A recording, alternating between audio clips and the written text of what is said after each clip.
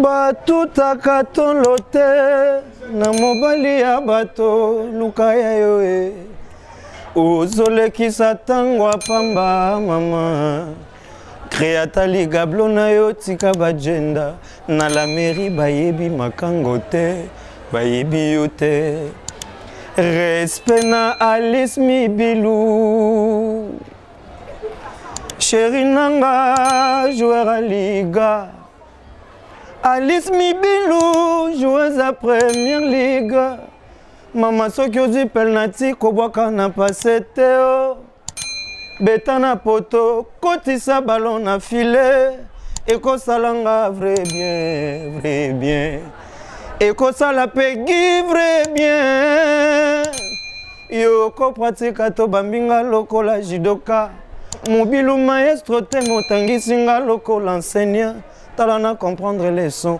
A, B, C, D na comprendre les sons consonnes na voyelle et na bongisi jardin na kati pelouse na tie mesa pe na tie bilei ata na butu ata na moye ata tango moye ingela pegi bileo leisi ngai bileo leisi nga bileo leisi ngelelisi nga lokola mwana bilubo tie lipegi lelisi ye lokola bebe azolia azosenga encore Alice Mibilou ozali se yo moko yonde la patrona ozali se yo moko vraiment na masolo ba chaîne ozali se yo moko na motema pegi mopela ozali se yo moko vraiment bakita bamata ozali se yo moko mama Alice Mibilou ozali se yo moko vraiment na masolo ba chaîne ozali se yo moko vraiment bakita bamata ozali se yo moko balinga baboya ozali se yo moko mama Alice Mibilou number one blague la patronne à TV toujours c'est pas pareil c'est mine Koffi Olomide a mérité sur tous les plans très bien mais il y a encore mais oui il y a mais papa dit ça il y a encore mais on a trouvé Sankara raison par rapport à propos tenus naïe Sankara toko tapé na terrain wana parce que c'est un terrain très glissant mais non il rappelle le bien moi plaisir très bien donc on le moi tapé na la massacre voilà le vrai que bah tout a Koffi Olomide c'était un rancunier voyez-vous na aspect peut-être wana na ko jamais vous comprenez très bien du point de vue critère tout est tableau de critères il y a estimation il y a nomination il y a Koffi Olomide et cause à la 8 sur 10. C'est déjà beaucoup. Voyez-vous, c'est déjà la réussite, comme je l'ai dit. Beaucoup déjà, donc c'est déjà la réussite. Est-ce que faire mérite? On a dit 5e génération. Moi, j'ai que 2 leaders. Je fais allusion à DF. Fallait le faire. Il est vrai que on y va 15 ans de carrière solo. Okay. Mais ce qu'on fait, ces dégâts-là, pour du respect, Nati le collège Chilou. Vraiment taxer des moutons, il a fallu. Tout le monde le sait. Tout le monde le sait parce qu'il y a mon père, l'autre fois que je me pose des questions. Ce n'est pas peut-être à force d'être trop attaché avec Fali. Voilà pourquoi on va attribuer un gère la vidéo qu'on a aussi dire. Alors, et comment on peut parfois on un musicien on le fait de Bakala. Mais ce musicien on va rendre Fali. Ça sera fort difficile à cet artiste-là à répondre valablement à l'invitation. Il y a émission à section musique. Parce qu'il se dira que or c'est-à-dire merci d'être fidèle sur Alice Mibilou, la patronne TV. Chers amis, vous êtes en train de vous divertir à travers votre émission Connexion 24 à l'affiche. Toujours les vôtres et Arcel Kitoko, l'image de la presse par les maréchals de la presse congolaise. Nous réalisons cette émission à Kinshasa, la capitale. Nous, c'est Alice Mibilou, la patronne. Si vous n'êtes pas encore abonné, et mesdames et messieurs, allez-y, abonnez-vous gratuitement sur Alice Mibilou, la patronne, car vous ne serez pas déçus. Aujourd'hui, j'ai le réel plaisir pour moi de recevoir pour vous un confrère à moi. Lui, c'est Ben Mavembo, les positivistes. Et alors, naïe tout ça, l'analyse par rapport à l'évolution de la musique congolaise. Et puis, tout le monde un peu chronique tout le monde va fois tu vas côté belé tu là yo lamuki ou les cas même pas na bas de l'école ba mission micro alors comme ko finga ba tout comme tu vas marquer la média to so on a Ben Mavembo qui est mon invité. Cette émission, je la dédie à Alain Tita Andro quoi, les puissants, l'homme, c'est l'homme au cœur. Merci à vous. Merci aussi à Lady B, Benita, Belinda, La Verte, Mokonzi, à Birmingham. Merci à vous. La beauté aussi, Kapinga, la femme de l'homme. Merci à vous. Merci aussi à Alice Mibi, la patronne. Merci à vous. Pourquoi pas, j'ai dit merci à Garçon Capable, Peggy, Mopela, les puissants boss. Merci à vous. Cette émission est réalisée par Victoire Likunde qui est derrière la caméra, je vous dis. Merci beaucoup Montréal avec votre permission. Fongo Labisso, on a recevoir mon invité qui est Ben Mavembo. Salut. Salut les manches de la presse. Ça va? En tout cas, tout doucement bien. Dieu nous aide, nous tenons le coup. Je profite aussi de l'occasion de saluer tous les abonnés de Alice Mibi, la patronne. Voilà. En commençant par la patronne Yemoko, il est vrai que ça fait un grand moment. Vraiment. Mon temps est comme il a pété mon père là. Garçon donc capable. Les capables. Mais n'a pas accepté le junior tan de thé. Junior tan. Junior tan de hyper bien. En tout cas, depuis ma tadi. Un vie à Solara très cool. Très bien. En tout cas, donc Azabajar va vivre aussi compatir Nabato. Donc je profite de l'occasion. Et on peut s'appeler. Toi, le mois de février. Hein? Mais dommage, mais on va que bonne année. Et tout l'a raté. Bonne année. Bonne année 2022. Puis voilà quoi. Moi, bah mourir. Est-ce que Ben Azar mourir? Moi, bah mourir. Ouais. C'est-à-dire, il y a cela quelques jours passés. Là, qui est le 14 février, bien sûr. Et c'est la journée internationale des amoureux. Très bien. C'est vrai que. N'a jamais qu'on s'est donné à 100%, on a se sentir un peu concerné du genre que Batumsunde sera au foulé, c'est-à-dire à mi-pessi totalement. Il se sent vraiment passionné de la journée internationale. Oui, c'est vrai qu'à la mesure du temps ou encore selon l'évolution du monde, comme on a toute une panoplie, il y a la journée internationale, voyez-vous. Mais seulement, journée internationale, le 14 février, n'a jamais été peut-être la journée concernée de ma personne. Mais seulement, je suis amoureux parce que Dieu lui-même est amoureux et il est le plus grand exemple. Il y a amoureux. Très bien. Donc, il faut, à un certain niveau, tout le rappel, tout ça un peu moins soumis. Na oyo pe mokile la kisabiso. Mavembo, ça t'est déjà arrivé de pleurer pour une femme? Pleurer, non. Mal à l'estomac, oui. Ok. Ah, ouais. Pleurer, verser mes larmes. Ah non. Très et bien. puis, na pense, na comment boyer, na pense à péter que je recommande. Donc, nous avons opéré. Je pouvais bien verser mes larmes. Tout en souffrant à l'estomac. Mais lorsqu'on a même biaka, na le but que na ko souffrir te na bolingo. C'est pratiquement impossible. Voilà. Parce que c'est un phénomène très compliqué. Nous en tout cas à exprimer un cri de ras-le-bol, nous à exprimer une doléance, nous à exprimer un souci dans le domaine où ils ont un peu très compliqué. Et ça domaine moroboye, même à ta grand philosophe du monde, parce qu'elle n'a jamais maîtrisé en beauté. C'est-à-dire mambo non loba, nana batu oyo baza ba témoin. Tu peux subir même la situation. Mais pour des raisons peut-être de sécurité, je ne peux pas citer les noms à la télé. Voyez-vous? Très bien. Pleurer, non, mais mal à l'estomac, oui. Voilà. Mais aujourd'hui, mal à l'estomac d'hier et d'aujourd'hui, je pense que c'est quand même opposé. Parce qu'avant, on a pas si macassi. Mais les gens ont pas si léger, temporisé, machin et tout qu'on sort. Parce que tu pars, on trouve une autre personne. Les positivistes. Ouais. La personne qui te manque le plus au monde, c'est qui? La personne qui me manque plus au monde. Pour l'instant, Azate. Azate, pourquoi? Parce que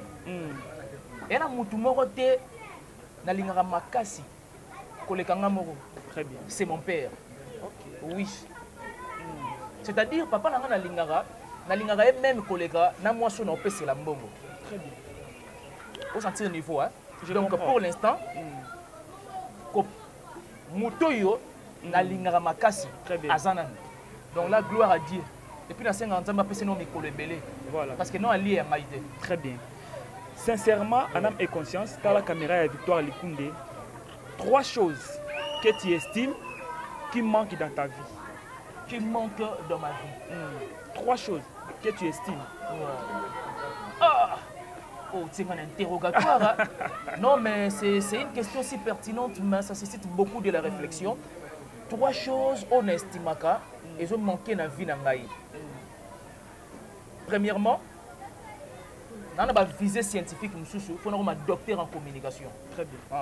Là, je pense que dans 2 ans, 3 ans, en tout cas, j'estime qu'il faut un docteur en communication. Là, c'est la première estime.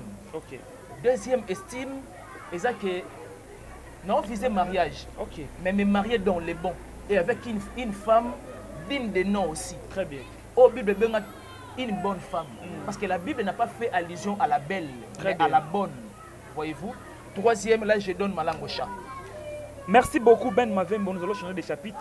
Tolobela d'abord musique. Ben Mavembo, souci majeur na yo, et ça la nini pour les artistes congolais et puis pour la musique congolaise. Souci majeur, c'est d'abord de conserver l'unité.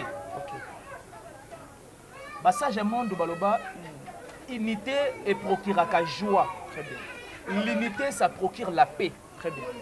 Là où il y a l'unité, l'amour règne. Très bien. Mais combien même unité zaté.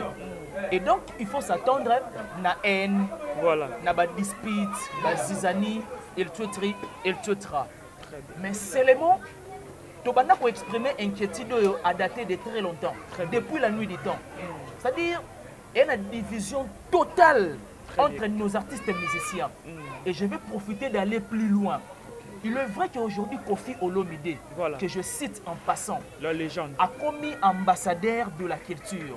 Nous allons et parler. Beaucoup des émissions tournent autour de la personne de Kofi. Très bien. Kofi Aza rancunier, Kofi Aza ceci, Kofi Aza cela. Très bien. Est-ce qu'un ambassadeur de la culture, parce que la RDC regorge pas mal de musiciens talentueux et bourrés vraiment de la connaissance et du savoir.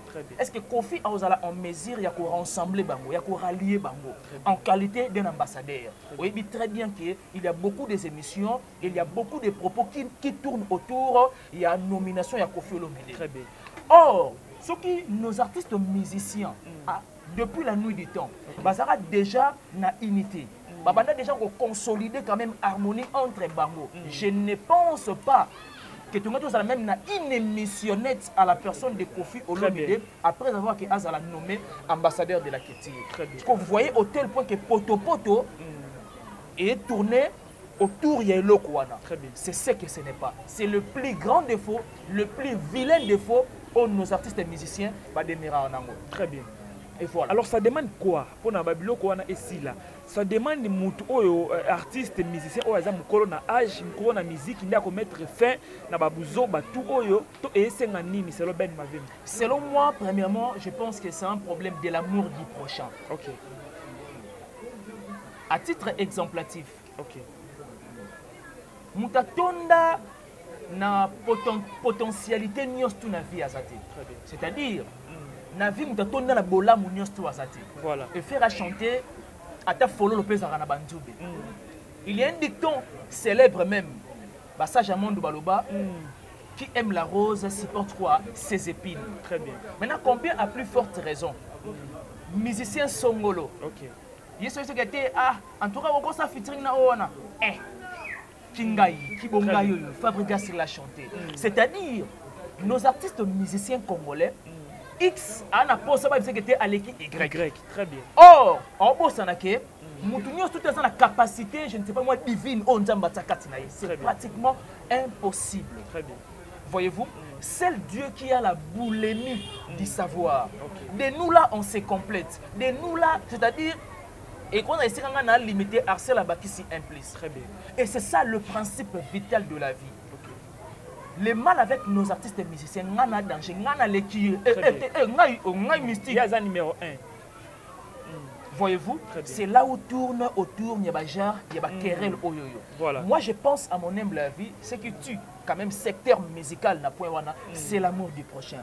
Mais pas forcément qu'un secteur musical, même nous aussi des journalistes, ça nous arrive. Très bien. Pour quitter sur le terrain, pour couvrir quand même moi reportage, oh, Wana, Minene. Il y a un danger. Toi, travailler chez une Moroté. Il y a aucun musicien, on orchestre. On déjà orchestre. On a déjà orchestre. Maintenant, à quoi bon on a une place au côté de la moitié? Très bien. C'est ce qui tue ce pays. Très bien. C'est ce qui rend plusieurs secteurs par terre.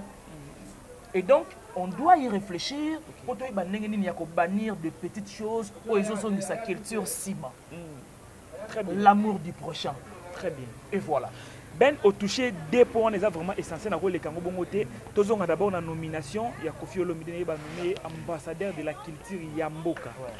Alors tout à l'heure au épingle comment on les a vraiment motuya et boti ba émission est belé et sali ba polémique est belé. Selon Ben Mavembo, est-ce que Kofi Olomide mérite qu'on soit ambassadeur culturel Yamboka na biso? Il y en a toujours awa. Du point de vue savoir. Surtout tout ça la marche en arrière à la personne de Kofi Olomide. Il n'a jamais tapé à côté dans ses disques. Là j'assume bien mes mots. Et les mélomanes savent. Famille Kofi Phil, bah il dit très bien. Ma fan, il y a Kofi, bah il dit très bien. Même en tant que fan, il y a Kofi, bah il dit très bien. À titre de méritocratie, il n'y a rien à reprocher. Dans la nomination, il y a la personne de Kofi Olomide. Si nous quittons le savoir musical, prenons du côté scientifique, il a mérité. Du côté scientifique, il a mérité.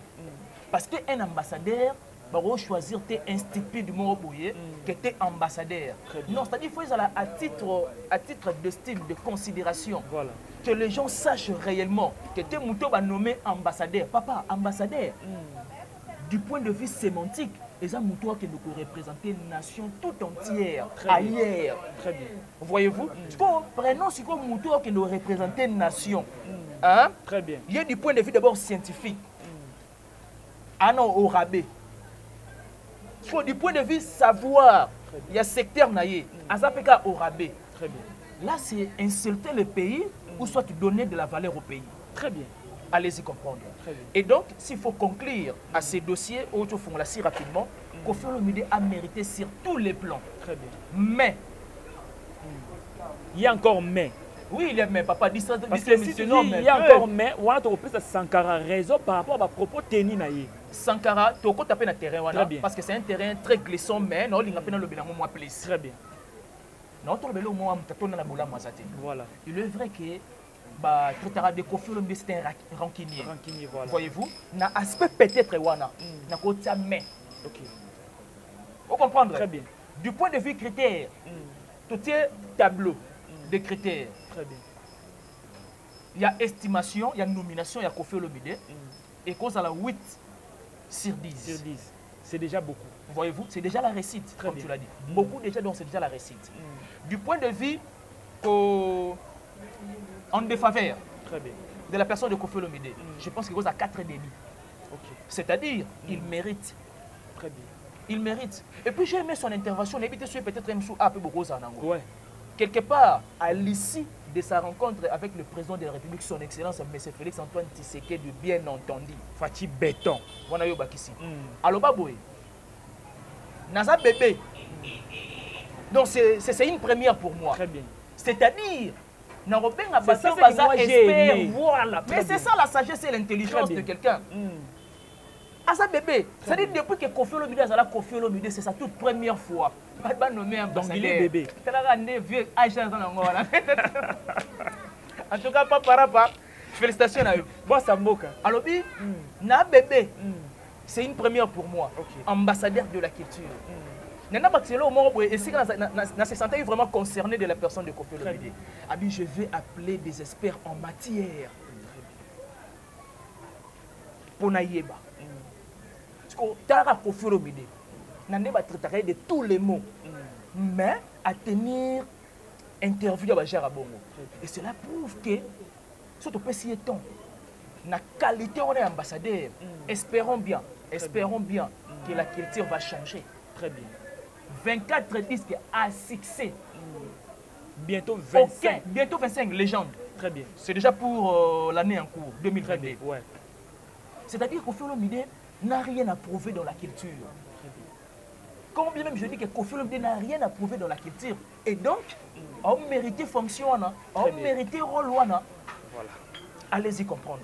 Ben Mavembo, selon ma recherche, Nabiso, Toyoki, je n'ai pas confirmé parce que nous avons journaliste et investigation. Il faut tout ça. Mais Toyoki, la liste continue. Et les paniers circulent encore. Les paniers circulent encore. Les paniers circulent parce que on est que les monnaies na Facebook ba bimisi moi face ya Ferré et bon bimisi Fali nani face ya Fali. Bon, je me dis si les paniers circulent encore mais pas ça par sentiment de malveillance c'était très bien. Parce que Monsieur X a revendiqué, Y a réclamé l'euro moro bouillé pour pas payer ça. Très bien. On tout à l'heure devenir un ambassadeur. On voit sur tous les plans. OK. Dans le domaine Nabango, du côté Kofi Olomide tout mon avis, toqué dans le secteur il y a savoir Azali. Très bien. Toqué du côté scientifique, c'est quelqu'un qui va défendre bien la culture ailleurs. Très bien. Voyez-vous? Si la liste n'est pas exhaustive, c'est une bonne chose. OK. Parce que même si la liste n'est pas exhaustive, il faut penser à Félix Ouazekwa. Très bien. Il faut peut-être penser aussi à Jibem Piana. Très bien. Peut-être aussi, ça peut être Oueranson. Très bien. Vous comprenez? La 5e génération, à mon humble avis, 2 personnes. Très bien. Mais ça peut belé trotter et comme polémique. Très bien. Tout ça, on comprend de ce gars-là. Si on va vite en besogne, en divagation, ça va créer beaucoup d'encre salive. Et ça sera un génocide. Est-ce que Fali mérite passeport Wana, selon Ben? Est-ce que Ferré mérite? On a dit 5e génération. Moi, j'ai que 2 leaders. Je fais allusion à DF. Fali et Ferré. Très bien. Il est vrai que on a 15 ans de carrière solo. OK. Mais ce qu'on fait, ces 2 gars-là, prouver mon kili. Très bien. Voyez-vous? Prouver mon kili. Moi, je pense que c'est le Pessi Bango va nommer Bango. Très bien. Et ils en ont fait à titre de méritocratie. Et voilà. Très bien. Alors, Mavembo. Héritier Watanabe Gogan. Il n'y a pas qu'on mérite le roi. Pas qu'on mérite, hein? Des disques même en ça là, en tout cas, et dépasser entendement là. Tolali Tolamuki, n'a évité. Tout le monde vidéo circulé de partout sur Internet. Sankara Dekuta, bien passeport rouge, nominé. Selon Batou, ils ont manqué chef de l'État. Selon Batou, ils ont mérité qu'on soit passeport Wana. Selon Ben Mavembo. Vidéo à Sankara. Tout le monde dit Sankara pour dénigrer Kofi Olomide, à traiter de tout sauf rien. Est-ce que tu peux ça y raison à mériter passeport Wana que Kofi Olomide? To azana tort. Mavembo. Ah, Sankara Denkuta, azan mouton appelle ça respect. Moi je donne respect à tout le monde. Très bien. Voyez-vous? Mais, alors il y a qui n'a pas mabé. Acte la vidéo tout le monde a eu wana. A juste que ceux qui n'ont pas bango mobile TV veste, na bureau mobile. Bien passeport rouge. Là c'est, ils a insulte indirect à son excellence Félix Antoine Tshisekedi. Voyez-vous? Et puis combien même Sankara? Sankara, c'est bien beau recracher sur Kofi. Mais dans son fort intérieur, na cible conscient na ye. Tant à vendre mon temps à nord, à mériter en gros. C'est-à-dire qu'il faut comprendre que Sankara a créé Bez Moroboye. C'est qu'on a et d'autres journalistes doivent se focaliser, analyse sur la personne de Sankara, Bez a créé. Mais nous avons un président qui prône état de droit. Moi, je pense à mon humble avis. Sankara mérite l'arrestation. Sérieux? Rien qu'à partir, il y a Constant. Il mérite l'arrestation. Un bon procureur. Ce qui a observé, ce qui s'est passé dans l'acte de Sankara, automatiquement, dans le juriste, mais surtout bien, il y aura bel et bien un article. Et c'est là que Sankara, il faut moins arrestation. Très bien. Vous comprenez? Et puis ça n'a pas si un collègue n'a eu son excellence Kofi, tout ça n'a pas Pamba. En tout cas, apparemment comme si moi manque à respect, on a laissé aller. D'une part, je donne quand même à Fali raison. Selon moi, j'ai vite compris qu'il a manqué même peu Wenge respect. Parce qu'il a manqué JB, a manqué Wera. Voyez-vous? Mais il ne faut pas interpeller le plus tôt possible. Très bien. À persévérer dans l'acte de. Alors que ma bé ma Très bien. Et de façon que ma bé ma moi je perds. Que demain ou après-demain, tu retrouver Sankara M sous la prison. Et j'aime l'attitude de Koffi Olomide pour l'instant. On répondre même pas parce que dimanche passé, Azaï même face à Papi Mboma. Très bien. Tout le monde m'a géré la question, on a machin, tout dans là. J'avais beaucoup aimé son attitude, j'avais beaucoup aimé son tempérament face à ma question, monsieur Sou, et belé belé. Au tirage qui n'y a pas émission. Non, j'ai simplement tiré l'humilité de la personne de Koffi Olomide depuis la nomination. Très bien. On comprend que Koffi Olomide a sali appel à moi humilité moroboye. Très bien. On va prendre. Parce que Koffi Olomide arrive à gérer cette émission Toti, Tosenini, Toti. Ce qu'on a Koffi Olomide face à Papi Mboma. Ils m'ont dit que c'est passé. Mais à notre grand, personnellement, à ma grande surprise, on a l'émission 2 fois. Très bien. Quand on répond à certaines questions, je me suis dit que non, Koffi Olomide a compris que maintenant, dorénavant, il est devenu son excellence. Très bien. Et donc, j'ai peut-être un peu de Sima, machin et tout qu'on sort. Et en tout cas, attend derrière les dos. Ben Mavembo, j'aimerais avoir ton côté dans un dossier Moussou tout clôturé. Parmi les nominations, tout le monde qui a nominé qui peut Dadju dans Maître Gims. Mais à ma grande surprise, tout le monde Ndembo Yassika et Dadju, nous doit figurer dans le clip, c'est la fille de Koffi Olomide qui est Diddy Stone. Selon vous, la fille à Koffi Olomide, est-ce qu'elle a été un cannabis au Libanda to a aussi la carte base? Non, mais Diddy Stone apparemment comme ça, c'est un mannequin, non? Ouais. Voyez-vous, on a très bien le rôle de mannequin. Très bien. Et ça sera prévisible que l'artiste songolo soit un pakala. Qui peut louer, soit négocier pour aller comme abîmer figurant ou soit figurante dans le clip. Très bien. C'est fort probable. Mais seulement, il faut pas la cliché que figuration.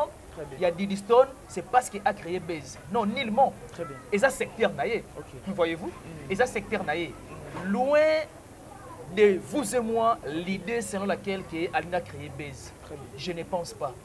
Et ça, c'est Moussa naïe, et Sengi. Et puis Dadju a jugé bon qu'il n'a porté choix sur Diddy Stone. Et puis, on a clip pour on a Sengi là. Parce que nous avons dit très bien la musique, comme ça, la clip est dépendant de la genre, il y a Bassini, voilà. Et alors, on a un clip, il y a Fali à Nourrisson. Fio à la robe rouge. Je m'étais dit que c'était un bon choix par rapport à Nzembo. Et puis, la fille, on a s'adapter à geste. Clip à ça là, faire ça la clip, il y a troisième doigt. J'ai une fille, tout autour d'une table. Ça dit que s'adapter à geste.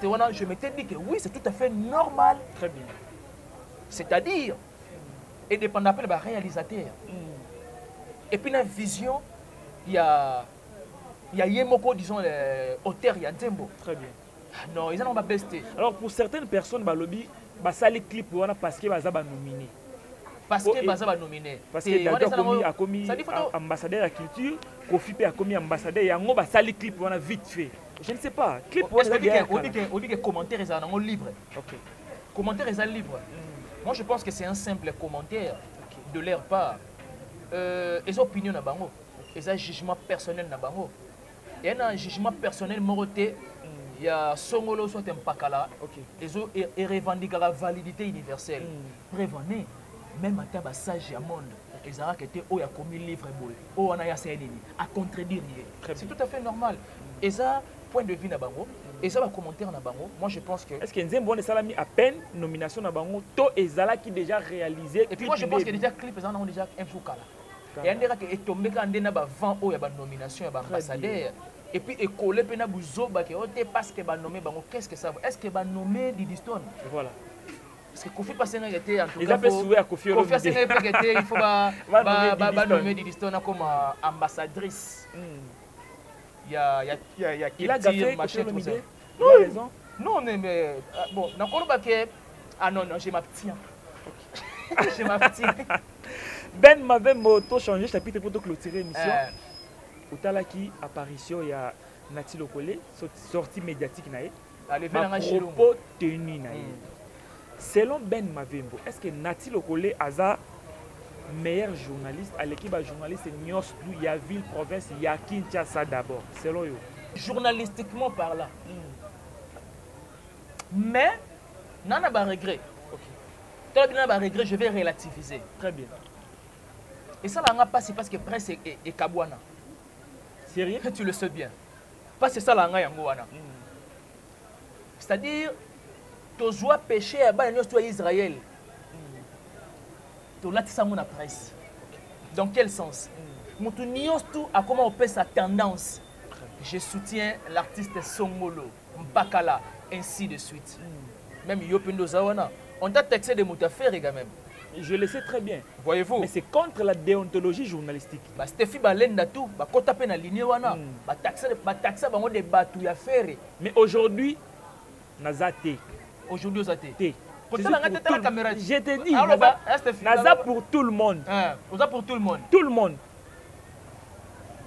C'est là où tu le sais que c'est contre la déontologie. Oh, quand on a notre baguette, c'est-à-dire tu piétina, tu naïté. De même. Nana relativisé. Voilà. Nana relativisé, la boîte singularisé. Pour ça, singularisé, malheureusement, on va écrire peut-être même sous demain ou après-demain. Très bien. Parce que le mal, c'est quoi? Tu peux ça sous domaine aux valeurs. Ok. Arsène Kitoko. Voilà. C'est que ce métier, c'est un métier très noble. Très bien. Hyper noble même. Mais Bissomoko, tu dois comprendre tes noblesse, na valeur. Très bien. Il y a domaine oyo. Ok. Et comment? Ah, ok, bah tu es héritier. Bah Gaulois, bah warrior. Même na journaliste. Et Kota Bongo. Très bien. Et aujourd'hui, de voir peut-être un sous notre aîné, que nous avons beaucoup de respect, Nati Lokole Chilum. Vraiment taxé de Moutou Fali. Tout le monde le sait. Tout le monde le sait parce qu'il y a mon père là-bas, on peut l'autre fois que je me pose des questions. Ce n'est pas peut-être à force d'être trop attaché avec Fali. Voilà pourquoi on va attribuer un bajar et un on aussi dire. Alors, très bien. Et comment peut parfois un musicien mais si un musicien on a rendre Fali, ça sera fort difficile à cet artiste-là à répondre valablement à l'invitation.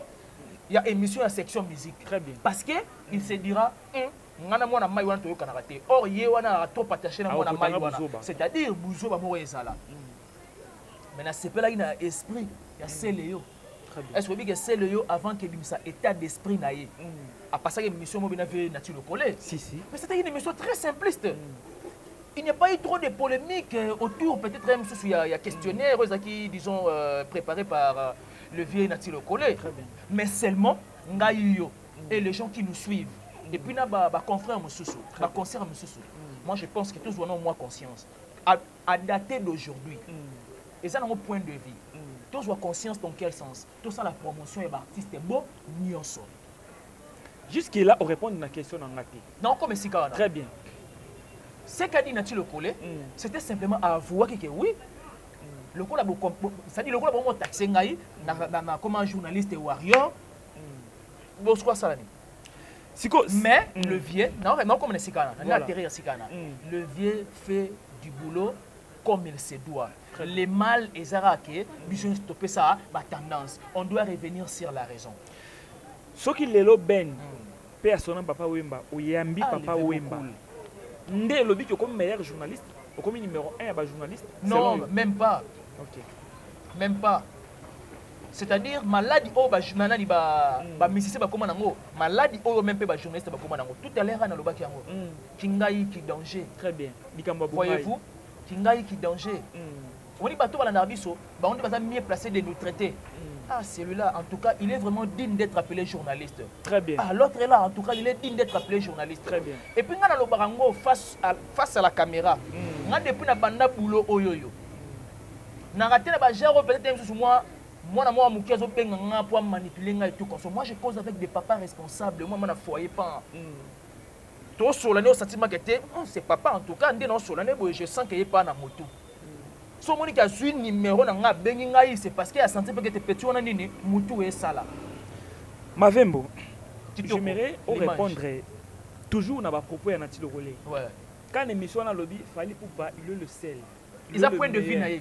Il a point de vue. Par rapport à la prestation, et puis il nombre de vues. Selon you, vous avez l'analyse. Si vous avez un nombre de vues et délai sur Internet, sur YouTube, sur la plateforme de téléchargement, mais vous avez le meilleur que les autres? Bon, je peux répondre à deux volets. Ok. il faut signaler que YouTube est une TV moderne. Ok. Quand bien même je dis TV moderne, c'est-à-dire nous sommes suivis dans le monde entier. Ok. Voyez-vous? Et d'une part, ça fait partie. Il y a capacité artiste. D'autre part, ils ont dépendre paix. Na équipe managériale. Très bien. Il y a artiste pour artiste comme na dimension un peu élevée par rapport à la modernité. Sur ces points-là, je pense que d'une part, il peut avoir raison, mais d'autre part, ils ont dépendre paix na équipe managériale, il y a artiste mususu. Parce que c'est fort probable. Très bien. Cela ne veut pas dire que tes artistes sont pas calatés, la plateforme n'y sont pas marché tout comme ça. Cela fait de lui un numéro 1. Non. Et puis dommage. Au moins avant 5e génération il y a. On n'a jamais connu le depuis ma naissance. Ok. On a habité sur Yoyo Kango. Balenda na habité sur Yoyo Kango. Ba vena biso ba Lutumba, ba Papa Wemba pour ne citer que ba vena biso Pepe Kale. Et ça n'aura jamais eu number 1. Très bien. Nous aimons Fally. On aime bien l'art de Fally. Fally fait la fierté de la culture musicale. Très bien. Mais, orgueil et pousser artiste et pas trop le bouchon. Dans le système de jeu des dames. Mavembo. Kitoko. Tu comme une na souka parce que boss n'engage pas Victoire Likunde. Mais n'engage tout une question. Fally Poupa a teki musique na biso Liban. Il faut qu'on se le dise. As artiste ou ça la fierté de la musique congolaise. Mais na sali constamment ko na niveau ya Fally a ça la trop ba featuring de Libanda na ba artiste ya Libanda ya Congo que ba artiste ya mboka na ye. C'est un défaut. To azobo yende ko benda baleki na ye ba comme na tremplin moko na ye. C'est non yo. Bon, ce n'est pas aussi forcément un défaut. Mais moi je pense que ce n'est pas aussi forcément un défaut. Mais seulement, moi je pense que au moment où on a l'échange culturel, dans artiste d'ailleurs, automatiquement, et ça que yo miteki libanda, yo miteki na contrée na yo bayebi. Voyez-vous? Et puis yo oyo sal ni featuring wana oteki payer na contrée na yo, na pays na yo. Très bien. Tout court, c'est un échange culturel. Très bien. Voyez-vous? On adore. Mais cela ne veut pas dire que de tourner les deux. Na featuring na batu bo partager na bango même culture. Ba na niveau mo on a été. Na dit que ba na niveau on a été. Quand on sali featuring na bango, c'est qui ba niveau mo côté. Non, ça n'a rien à voir mon frère. Sérieux. On dit featuring de rêve. Même na ba Gaulois. Na ba Warrior. Ça va créer beaucoup de polémiques. Il a fallu la faire. Papa, obi souci na ngeza ndinza mapesa ngambongo ebele na di ma producteur na ba. Très bien. Na pesi bango vrai caché ba beti featuring. Non, ça là les producteurs le plus riche terrestre. Depuis ba mama solo ba production banda. Siko vous comprenez le wana? Na comprendre très bien. Siko ndenge Fally Poupa, le king, azo meme la musique na ye. Est-ce que ça avantagé pour la musique congolaise? To ezo kitisa, to ezo détruit avenir la musique congolaise. Moi je pense que à Luka revenir trôner dans l'authenticité, il y a système de jeunes abisso. Très bien. On a dit qu'on revenir plus dans le système de jeunes abisso, tu as dit qu'il fallait faire du rumba, il y a bien. Abetara tchacho, mondombo les aranango, mais plus dans un conservateur. Très bien. Libanda, oui c'est bien beau. Bah il va falloir dans style on bête à l'élote. Très bien. Bah il va falloir éternellement. Bah il va falloir Kokoko. Très bien. Bah il va falloir pharmacien. Bali Pouta. Voyez-vous? Bah Orgazi. Très bien. Bah associé. Bah Nyoka laissé. Bah sans pitié. Très bien. Bah punition. Bah il falloir na ba migrant de rêve. Bah il falloir na ba amorté. Bah il falloir na ba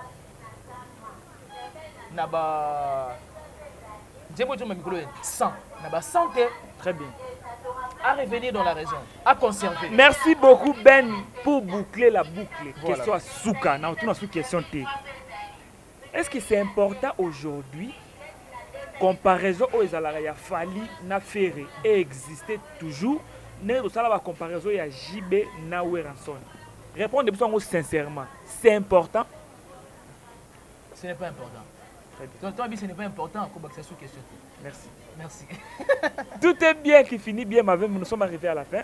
C'est un réel plaisir. Merci d'avoir répondu à notre invitation. C'est l'une de maisons que nous donnons le meilleur de nous-mêmes. Très bien. Je profite de l'occasion de souhaiter les capables. Hein. Je te salue les capables. Peggy Moupela.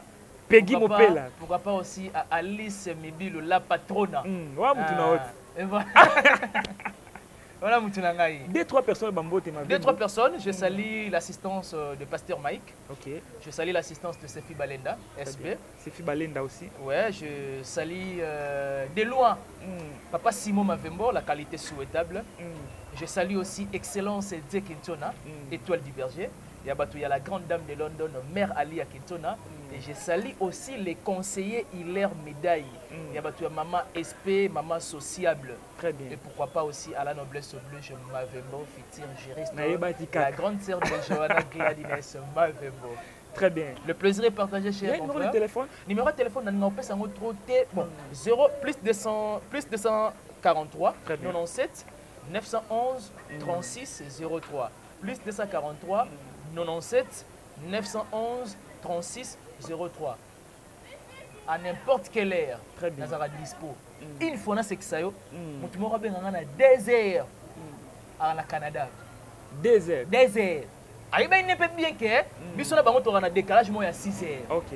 À Bengingaï. Et on n'a pas de 16h, 17h, je pense. 18h, 19h. Allô, Ben. Je suis là. Tana na sola no boye. Nabi OK, na déranger na bito déranger ngate. So les dérangement na ngana ka connexion.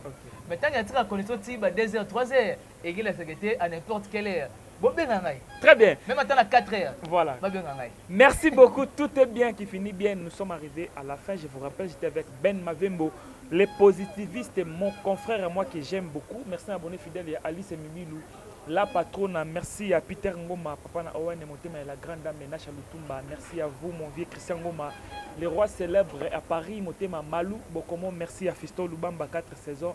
Mais c'est propre, Francibo Avida Panzou, charge mondiale, Elton Djogo, R9 na Brésil. Merci à vous, Victoire Likunde. Derrière la caméra, quant à moi, je vous retrouve très prochainement invité, pourquoi pas, dans le numéro, je vous dis bye bye.